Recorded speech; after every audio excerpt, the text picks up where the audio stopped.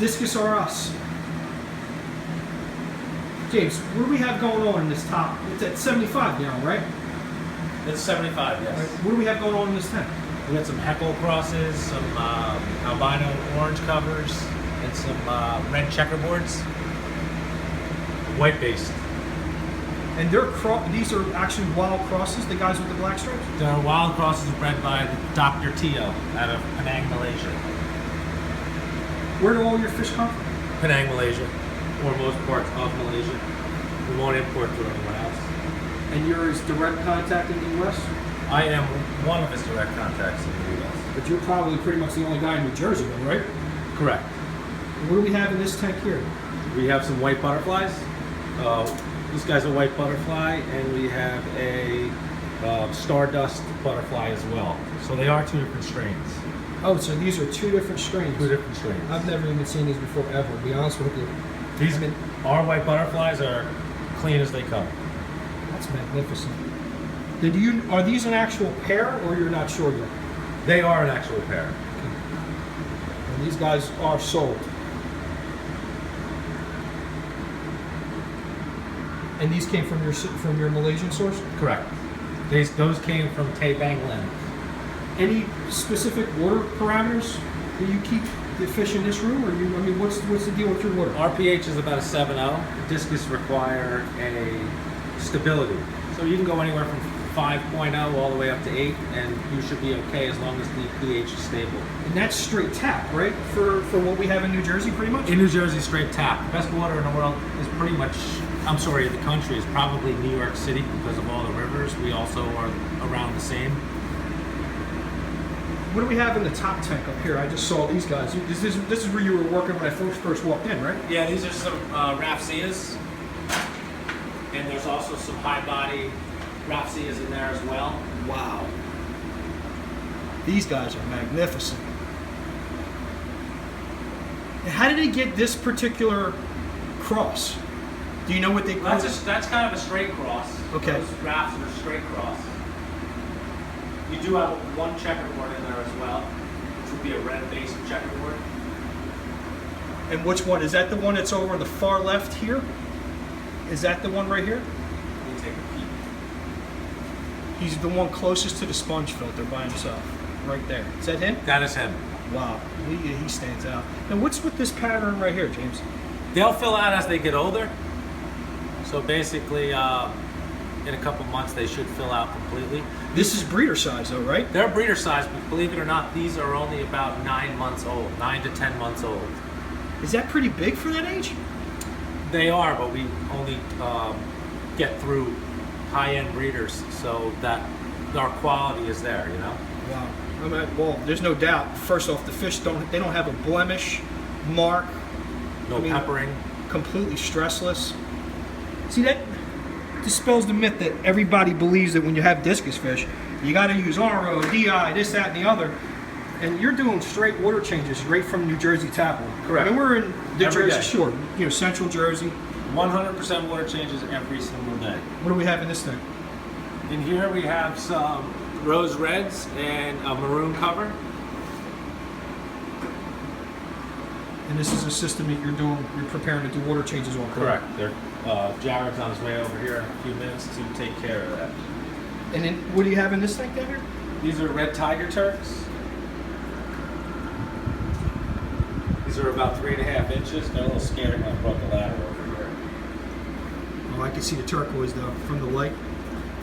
They're pretty amazing. Wow, and the hits just keep coming on this side, huh? We have some orange whites over here. Some call them orange spices, and you have some ghosts, some red ghosts, some regular ghosts in this tank. Now, what's the deal with ghosts? Most breeders use them to cross. So what does that mean? James, what does that mean? I'm a layman. I don't know anything about discus other than what you're teaching me right now. Well, they're used quite often in crossing fish to make new strains. So if you want to wash out a strain and start new, you would breed a ghost into whatever strain you're starting with? Does that make sense? I wouldn't necessarily call it washing out. I would call it, that's how they use certain fish to create new strains. And that's one of the more common ones to use to cross. So that's the method of choice, is to start with a ghost and start breeding it into the bloodline, and then you could eventually start seeing what comes from that. Correct. Wow. And then down here, what do we got? These guys are the size that I actually prefer to go with myself. I'm probably going to go with fish this size. Now, what do we have in this tank? We have some more red Turks. We have some blue butterflies. I believe 2 white butterflies left. Some maroon covers.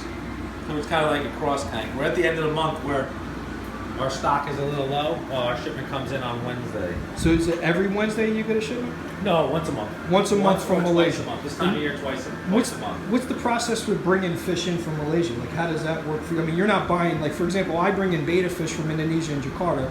They're sent right to my house. We're talking maybe 5 to 10 fish. You're bringing in how many fish a month? Anywhere between 350 and 700. Holy smokes. Are you kidding me? No. Our exporter quarantines them for 30 days prior to our shipment. Our shipments are placed about 2 months prior. Then we bring them in and quarantine them for at least 7 to 10 days. We like to quarantine them for 2 weeks. That's amazing. Now this top tank right here, what do we have? We get some albino platinums, some red-based checkerboards, some American tigers, and we also have some snow whites in there. American tigers are right there, and that's an American tiger right back there, right? Coming right to me? Yes, correct. Oh, look at him. Check that out. Right on cue too, man. That's awesome. We do also special order fish, so a lot of people don't like the bulldogs, but we do have them. Yeah, he's, you know, I get it because it's a unique looking discus fish, not necessarily. They were created by rebreeding bad genetics into the fish, so that's how they were created. Beautiful colors, man. I'll tell you We what. do not stock them all the time. We basically special order them. So if a client wants them, they'll place an order and we'll bring them in. These are sold. What's a fish like this retail for? These are about 179. And that's each. That's each. And down here are more ghosts. More ghosts. Some younger ghosts are about 3.5 inch mark. And these guys are just fresh off a water change. Correct. Yeah, I could tell by their color.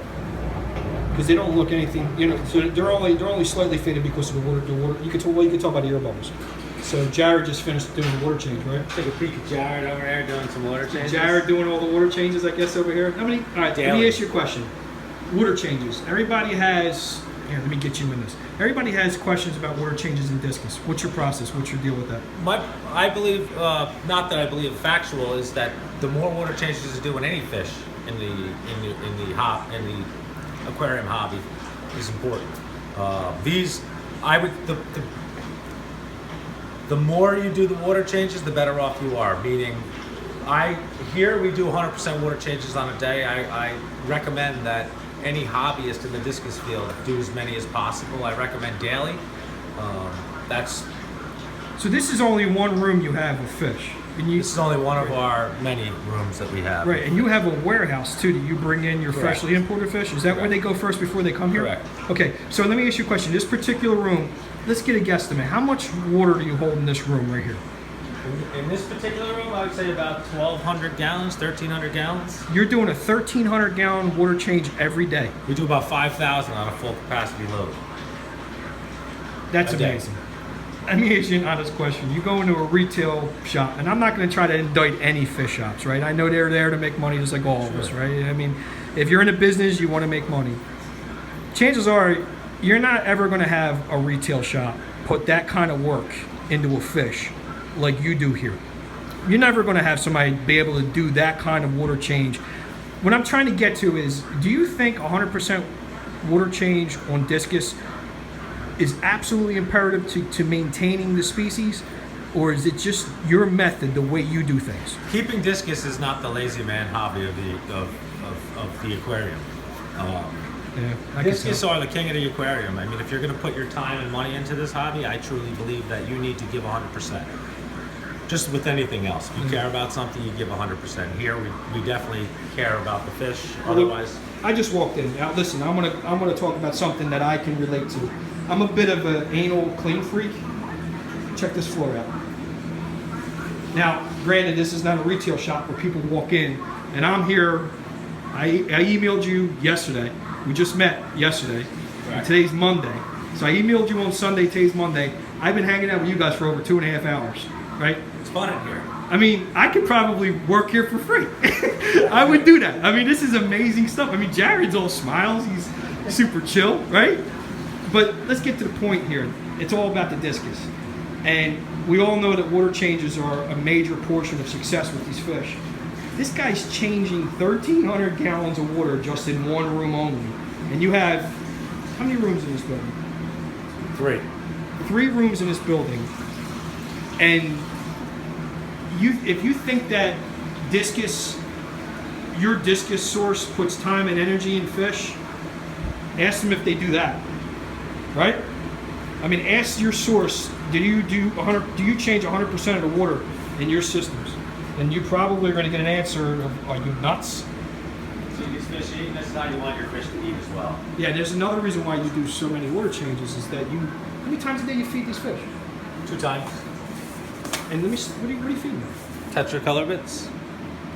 Right? This is not frozen beef heart only. This is not some frozen gelatin type food that you have to feed that's specially formulated for discus. Correct. The last time I checked, the cows in the Amazon River was never.